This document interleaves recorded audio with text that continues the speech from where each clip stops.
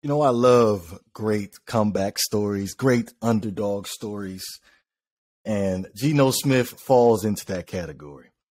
Like, listen to this one wonderful story. Gets drafted in 2013 by the New York Jets. Struggles with the New York Jets.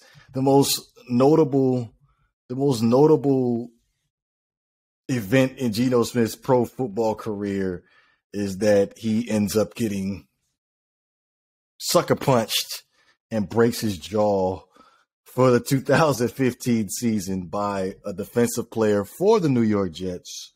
And then Geno's career just falls off. Then bounces around the league, stopping with the New York Giants, stopping with the Los Angeles Chargers, and spending the last couple of seasons with the Seattle Seahawks. This year, took over the Seattle Seahawks starting quarterback job after Russell Wilson being traded to the Denver Broncos. Faces the Denver Broncos as the Seattle Seahawks starting quarterback versus Russell Wilson, and ends up beating them on a national televised game.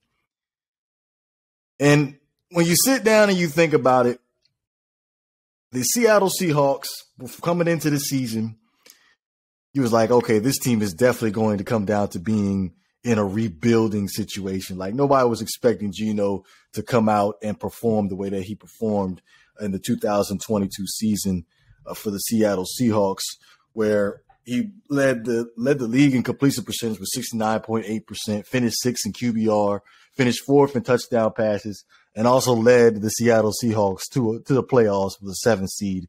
Unfortunately, ended up losing to the San Francisco 49ers. But we was expecting the Seattle Seahawks to end up falling last place in the NFC West.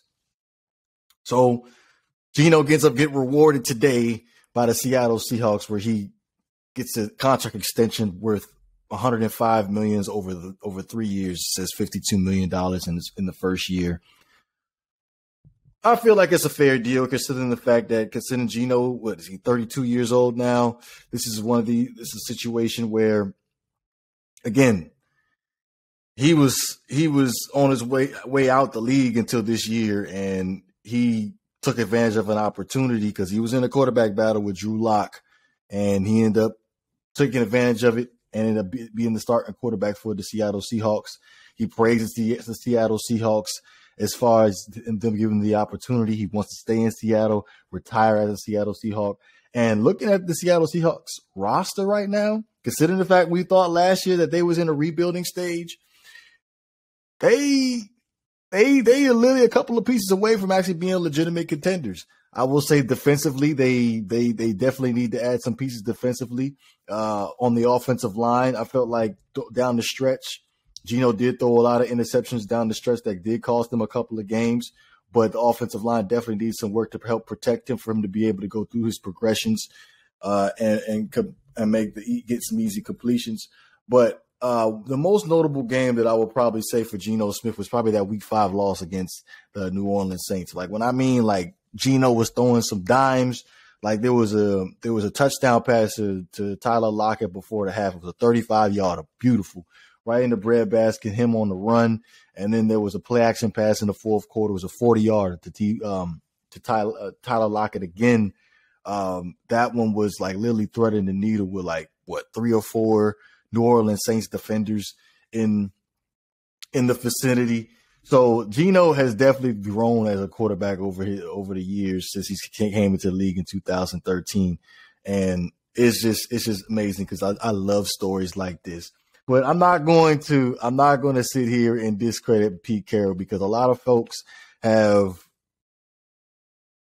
just abandoned Pete Carroll as far as him being in the top 5 quarterback conversation ever since the Super Bowl run, where they should have handed the ball to Marshawn, and Russell Wilson up throwing the interception to Malcolm Butler, and the rest is history. But I feel like at this point, you got to put Pete Carroll in the conversation as one of the top 5 head coaches right now, because of the fact that the phenomenal job he was able to do with the phenomenal job he was able to do with the Seattle Seahawks, able to make them relevant, even though they was basically left for dead at this point, where he was like, okay, they're in a rebuilding stage. We're not even going to think about Seattle right now, but they're legitimate playoff contenders at this point.